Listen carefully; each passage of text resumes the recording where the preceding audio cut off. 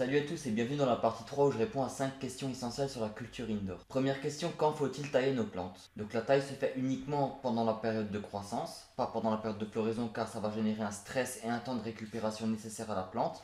Et pendant ce temps de récupération, c'est là où elle va pas faire de tête mais réparer justement où elle a été coupée. Donc vaut mieux le faire pendant le temps de croissance histoire de rallonger le temps de croissance car ça on peut le faire mais le temps de floraison il est bien défini à l'avance et ça on ne pourra pas le rallonger. Donc moi une fois j'ai commandé sur Royal Queen Seed, donc surprise, les gendarmes toquent à ma porte. Bonjour monsieur, auriez-vous commandé des graines de cannabis par hasard sur la poste? Enfin non, ils ont d'abord commencé par attendez-vous un colis. Je dis écoutez oui j'en commande plein sur internet donc je pense que oui. Il dit et parmi ces colis par hasard est-ce que vous attendiez pas des graines de cannabis? Je dis bah si, pourquoi c'est illégal? Ils me dit ah oui commander des graines de cannabis c'est illégal. Et ils rentrent dans ma chambre, ils voient la chambre de culture, heureusement elle était vide mais ils m'ont quand même pris tout le matériel.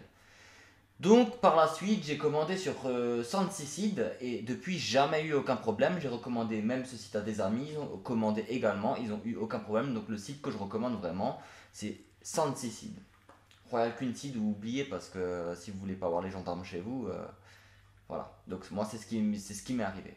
Troisième question, l'hydroculture est-elle mieux que la culture en terre? Donc oui, l'hydroculture c'est un rendement supérieur à la terre puisque c'est comment dire, c'est une culture sans terre qui va se faire justement avec de l'eau, de l'engrais déjà mélangé et une pompe va acheminer tout ça vers les racines et ça va développer les racines davantage sans avoir besoin de terre ou de changer chaque fois la terre, jeter la terre je ne sais pas où, celle que ou alors si vous la réutilisez, enfin bref, c'est bon, ça fait un peu de bruit, ça consomme un peu plus de courant aussi, mais le rendement est supérieur mais par contre le prix l'est aussi.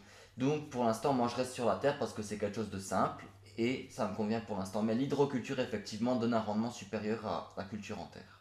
Quatrième question, la préfloraison, c'est quoi? Alors la préfloraison, c'est la phase où vous allez commencer à donner de l'engrais de floraison à vos plantes en petite quantité, histoire d'habituer ces plantes à assimiler ces engrais-là, mais vous allez toujours rester en 18 heures de lumière. Parce que c'est toujours la période de croissance, ça dure 2 semaines. C'est pas une période de floraison, c'est vraiment une période de pré-floraison, c'est-à-dire que c'est en croissance, mais vous allez commencer à ajouter de l'engrais de floraison pendant cette période de croissance.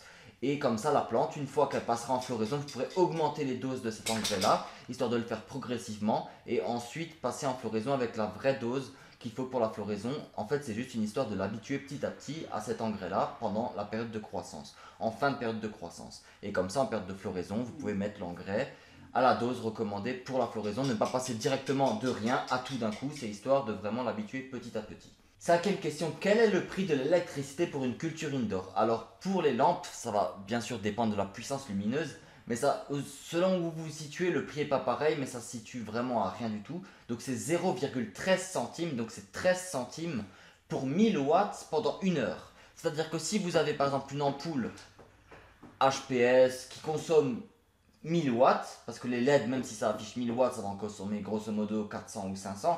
Mais si vous consommez 1000 watts, pendant une heure, vous allez débourser 13 centimes. Donc après, c'est à vous de faire le calcul par rapport au temps d'éclairage et à la puissance lumineuse que vous avez pendant une journée. Vous multipliez ça par 365 jours, sachant que la période, si vous faites ça toute l'année, vous n'allez pas éclairer toute l'année. Vous pouvez calculer par rapport au mois, en heures. Ensuite, vous divisez par 0,13 centimes ou vous multipliez par 0,13 centimes et ça vous donne le montant de votre coût en électricité. Mais grosso modo, moi je payais pour, il me semble, 300 watts, à peu près 15-20 euros par mois.